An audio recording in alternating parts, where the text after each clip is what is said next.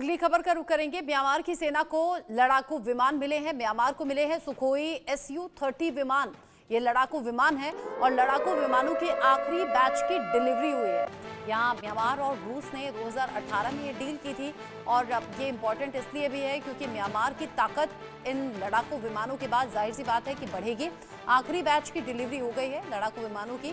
Myanmar और रूस के बीच में 2018 में ये डील हुई थी। म्यांमार को मिल गए हैं सुखोई Su-30 लड़ाकू विमान।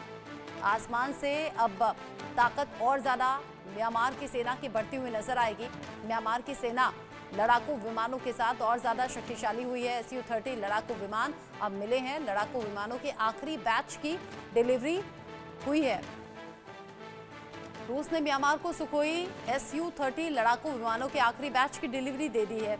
यहां आर्मी रिकॉग्निशन ग्रुप यानी कि ARG ने सोमवार को बताया कि म्यांमार सैन्य शासन ने रूस से ऑर्डर किए गए सभी 6 Su-30 लड़ाकू विमानों की आपूर्ति कर ली है। रूसी शिपमेंट में अंतिम 2 युद्धक विमानों को 15 दिसंबर को वायुसेना की 77वीं वर्षगांठ के अवसर पर आयोजित समारोह के दौरान मांडले के मीकटिला एयरबेस पर कमीशन किया गया, जिसका नेतृत्व जुंटा प्रमुख मिन आंग हलिंग ने किया। म्यांमार ने 2018 में रूस के साथ 6 Su-30 SME मल्टी रोल लड़ाकू विमानों के लिए कॉन्ट्रैक्ट किया था। इस कॉन्ट्रैक्ट के तहत लड़ाकू विमानों को रूसी कर्ज के रूप में म्यांमार को सौंपा गया है, जिसकी कीमत $400 मिलियन है। उस समय रूसी समाचार एजेंसी टास्के ने रूस के उप रक्षा मंत्री लेफ्टिनेंट जनरल अलेक्जेंडर फोमिन के हवाले से कहा था, ये विमान म्यांमार वायुसेना के मुख्य लड़ाकू विमान बनेंगे जो कि देश की क्षेत्रीय अखंडता की रक्षा करेंगे और किसी भी आतंकवादी खतरे को दूर भगाएंगे।